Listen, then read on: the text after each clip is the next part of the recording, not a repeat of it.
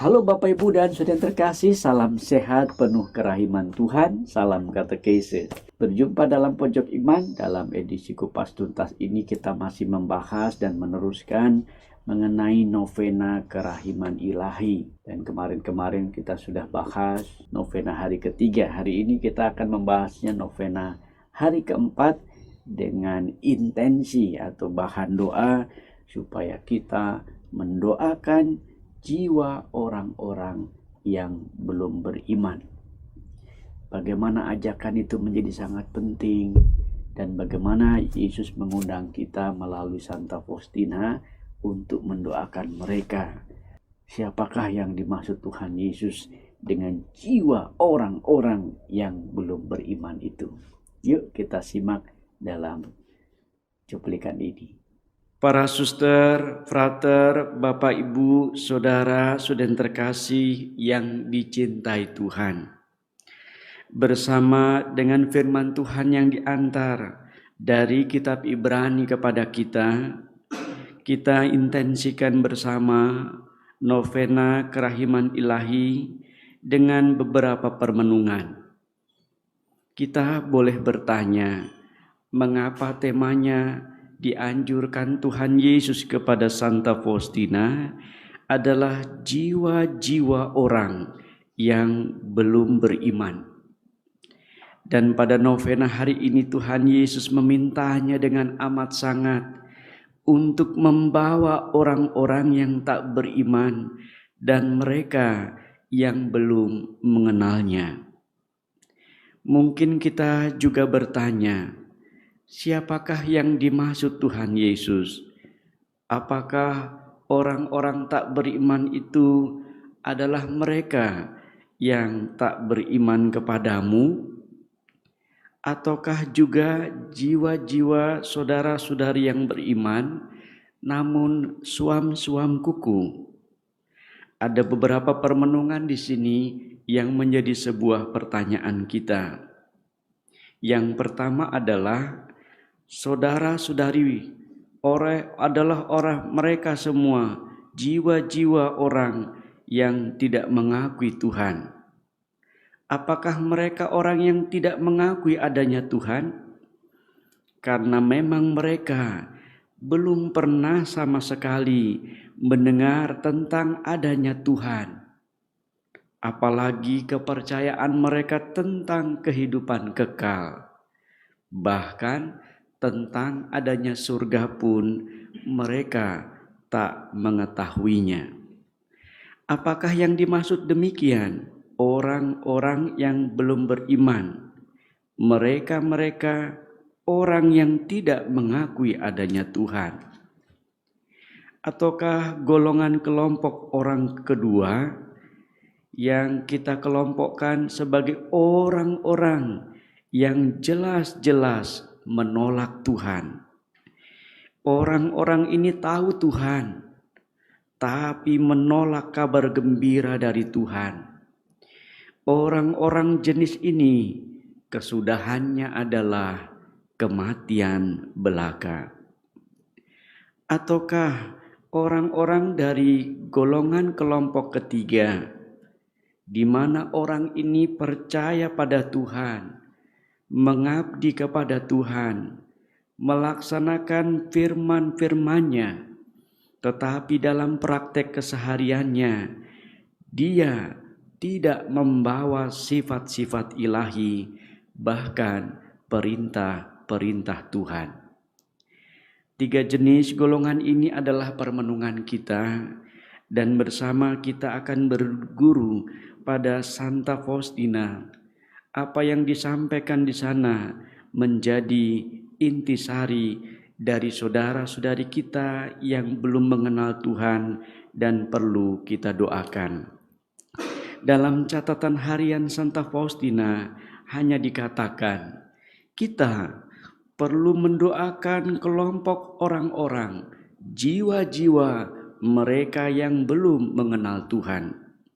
Bahkan kita berdoa untuk memohon ampun atas mereka, atas dosa-dosa yang mereka lakukan, supaya mereka sadar akan apa yang mereka lakukan. Seperti Yesus juga di kayu salib, sebelum dia wafat, bahkan dia berkata, "Bapa, ampunilah mereka, sebab mereka tidak tahu apa yang mereka perbuat." Ingatlah Santa Faustina, bawalah jiwa-jiwa itu. Engkau hanya perlu mendoakannya supaya mereka bertobat. Kita tidak perlu membencinya. Mengapa mereka sampai tidak percaya sama Tuhan? Tidak, bukan demikian. Kerap kali kita semua jatuh dalam kekeliruan ini.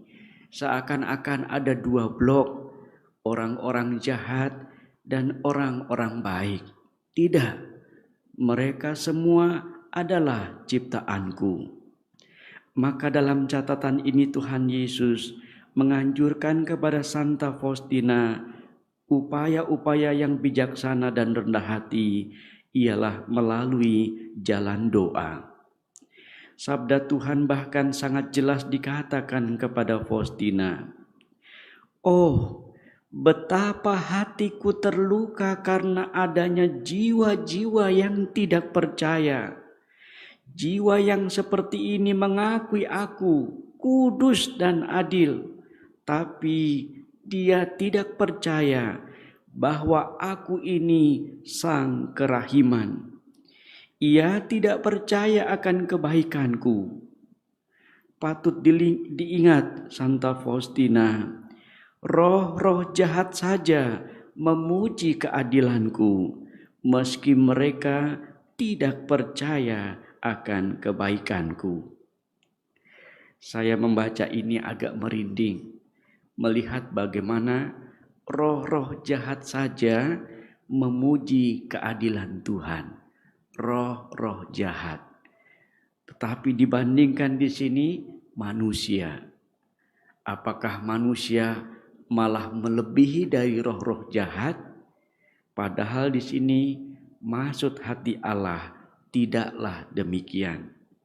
Maka dalam catatan ini saya merenung-renung kembali betapa jiwa-jiwa kita yang diberi kebebasan ini diminta untuk memilih apakah percaya atau tidak dengan Allah. Bahkan Santa Faustina mengungkapkan juga kata-kata Yesus ini, "Hatiku bersukacita karena dijuluki Sang Kerahiman. Maklumkanlah bahwa kerahiman adalah sifat Allah yang paling tinggi. Kerahimanlah mahkota segala karya tanganku." Dan catatan ini akan menjadi jelas lagi kalau Bapak Ibu Saudara-saudara terkasih membaca buku setebal 1000 halaman itu, catatan harian Santa Faustina. Santa Faustina itu punya devosi yang luar biasa mengenai doa dan persembahan bagi jiwa-jiwa. Waduh, doanya panjang, mengharukan, dan kalau saya ikut meneladani Santa Faustina, saya kira udah banyak ketinggalan kereta. Hidupnya kudus betul dengan doa. Bahkan dengan catatan doa-doa bagi jiwa-jiwa mereka-mereka yang tidak mengenal Tuhan. Di situ dikatakan dalam persembahan doa bagi jiwa-jiwa bahwa Faustina seringkali berdoa untuk mereka dan bahkan memohon ampun agar mereka suatu kali kelak, entah dalam peristiwa apapun, dari perjumpaan dengan pewarta siapapun, terkhusus rasul-rasul kerahiman, mereka bertobat dan percaya kepada Allah. Dan semuanya itu dilakukan oleh Faustina dengan hati tekun, bahkan menyukakan Allah, bahkan mendoakan terus-menerus. Entah mereka percaya atau tidak percaya, anjuran Yesus yang penting berdoalah senantiasa untuk karya-karya kerahiman yang tak terbatas. Akhirnya Bapak Ibu, Suster, Frater, Saudara yang terkasih, apa insight-nya buat kita ketika saudara-saudari kita yang tak beriman menjadi bahan doa kita? Di tengah pandemik, kepercayaan Anda dan saya pada Allah diuji. Kalau ada begitu banyak masalah dalam hidup yang kita pahami, itu bukanlah ujian. Harus kita hayati sebagai sebuah rahmat yang mengalir dalam hidup kita. Masalah-masalah setiap orang, meskipun berbeda-beda, itu akan ada sepanjang zaman selama kita hidup di dunia ini. Tapi bagaimana kita menemukan cara untuk menemukannya, justru melalui teladan Faustina ini ditawarkan. Andalkan Tuhan, percayakanlah pada rahmat yang mengalir, yang selalu diberikan kepada Allah, diberikan kepada manusia oleh Allah sendiri. Menutup permenungan ini pada catatan harian pada Misa Kamis Putih tanggal 29 Maret 1934, di sana ditemukan ajakan permintaan Tuhan Yesus kepada Santa Faustina. Dikatakan demikian, Faustina, persembahkanlah dirimu bagi orang-orang berdosa, khususnya bagi jiwa-jiwa yang telah kehilangan harapan akan kerahiman Allah, supaya mereka pada saatnya nanti percaya kepadaku. Bersama dengan keyakinan ini, mari kita lanjutkan novena kita. Itulah saudara-saudara yang terkasih mengenai cuplikan renungan jiwa-jiwa yang belum beriman. Mengapa mereka perlu menjadi sasaran kita? Karena tadi dijelaskan dalam jiwa-jiwa yang belum beriman ini, orang ini tidak mengakui adanya Tuhan. Karena memang mereka belum pernah sama sekali mendengar tentang adanya Tuhan, tentang kehidupan kekal, dan tentang surga. Ini iman. Kita bicara tentang Tuhan Allah semesta yang menciptakan kita. Kita bicara tentang life after life, kehidupan setelah kehidupan kita di dunia ini, dan kita bicara tentang surga. Itulah hal-hal yang terkait dengan keimanan kita. Kendati bisa panjang lebar kita jelaskan, tapi di sini pemahaman mengenai iman adalah kepercayaan kita akan adanya Tuhan, adanya kehidupan kekal, dan adanya surga. Maka kita perlu mendoakan mereka supaya dengan kesaksian kita, pewartaan kita, mereka-mereka yang belum mengenal Tuhan melalui kesaksian Anda dan saya orang beriman ini mewartakan tentang siapakah Tuhan itu, sungguh-sungguh dapat dikenali mereka sehingga mereka bisa percaya. Itu yang menjadi sasaran utama. Yang kedua, mungkin dengan catatan jiwa orang-orang beriman itu ada juga orang-orang yang jelas-jelas menolak Tuhan. Ini bukan soal nggak percaya Tuhan, tapi dia jelas-jelas menolak Tuhan. Dia menolak kabar gembira Tuhan. Dan orang-orang ini jelas kesudahannya adalah kematian. Karena habis itu dia nggak percaya life after life. Dia nggak percaya lagi kehidupan kekal. Nah, jiwa model seperti ini penting banget untuk didoakan supaya jiwa-jiwa ini bertobat dan kembali mencintai Tuhan. Yang terakhir, kenapa jiwa-jiwa ini juga perlu didoakan? Jangan-jangan itu juga termasuk kita, orang-orang yang percaya mengabdi Tuhan, tetapi dalam praktek keseharian tidak mampu membawa sifat-sifat Allah itu atau perintah Tuhan itu dalam kehidupan nyata. Bisa jadi ini juga disebut sebagai jiwa-jiwa orang-orang yang beriman dangkal.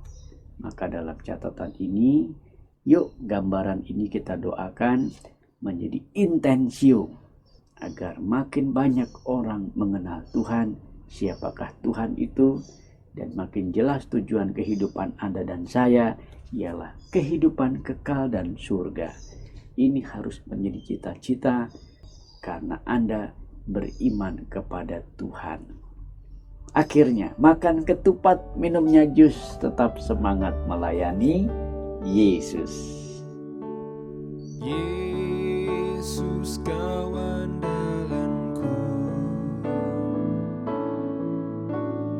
Yesus kau andalanku, Yesus kau andalanku.